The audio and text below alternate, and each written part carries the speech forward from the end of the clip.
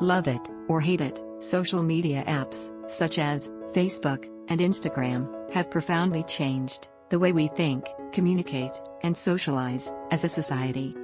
Instagram is even beginning to change features in response to studies linking social media usage to increased rates of mental health issues like anxiety and depression.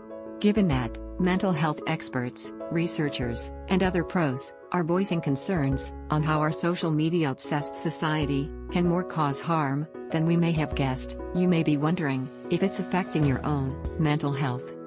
Now that more people are talking about the negative effects of using social media too much, it's common to see friends on Instagram announce they're taking a break from the apps for a period of time. But is quitting social media, even for a few days, a good idea, and can it really help you in the long term? While taking a break from social media can be helpful in some cases, there's a lot more to be said surrounding why you're taking a break in the first place. Keep watching to find out why taking a break from social media is not enough to change your health, and how to make your social media use better for your mental health. Why simply quitting social media isn't enough. First, it's important to keep in mind that social media is literally addictive. Just like a drug, it's designed to trigger reward centers in your brain every time you see a notification on your phone or a like on your latest Instagram post. On a deeper level, these social media companies know exactly what they are doing from a neurological perspective. What they're doing is called intermittent reinforcement. It's what casinos do too, with slot machines. The addiction is the reward pathway, it's a dopamine hit. Instead of totally quitting your social media, is taking smaller steps to mitigate your habits. I think it's a problem when people start too big. Start somewhere where there's the least resistance.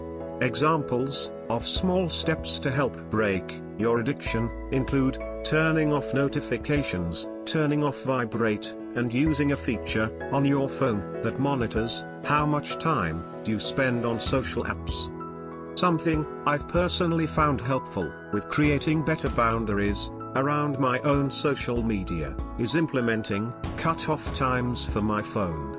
Starting around 9 p.m., I won't check social media, and I won't look at it again until after 7:30 or 8 a.m. the next day. While I'm not totally avoiding using it, I feel like this time frame helps me feel much more centered and positive, not reactive and distracted. Consider why you check social media. While checking your phone and social media throughout the day seems normal, it's a habit that we sometimes don't realize may be compensating for something else. People often use social media as a form of escape from an uncomfortable feeling, like boredom, loneliness, or another negative emotion. Addiction is anything you do to escape a feeling that has a life-damaging consequence. So, a lot of people will turn to social media to escape a feeling of boredom, loneliness, wasting time, whatever feeling they want to escape. The life-damaging consequences of social media addiction are that you are not present and as engaged with life.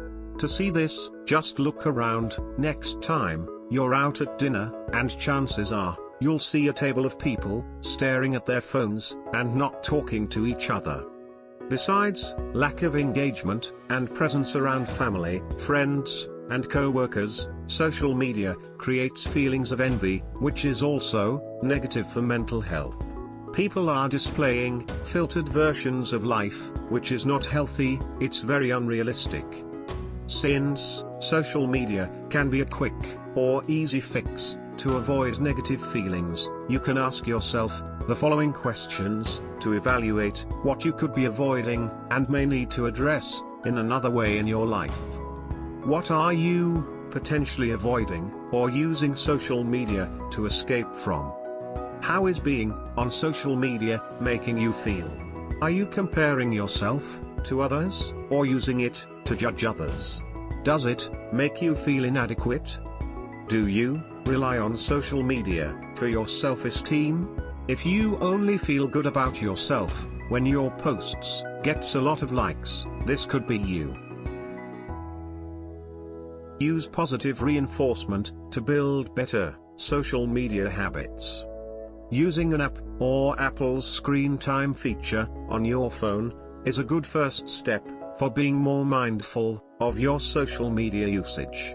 You may be surprised how much time scrolling Instagram can add up.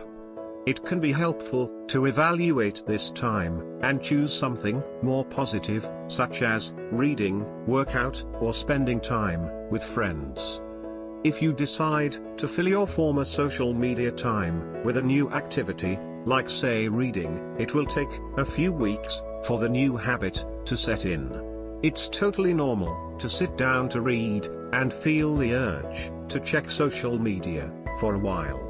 But it's best to commit to your routine and try not to break it, even if it's just no social media after 9 p.m. for at least 3 to 4 weeks. From a behavioral point of view, doing something for 3 weeks, or at least 21 days, will allow you to form a new habit.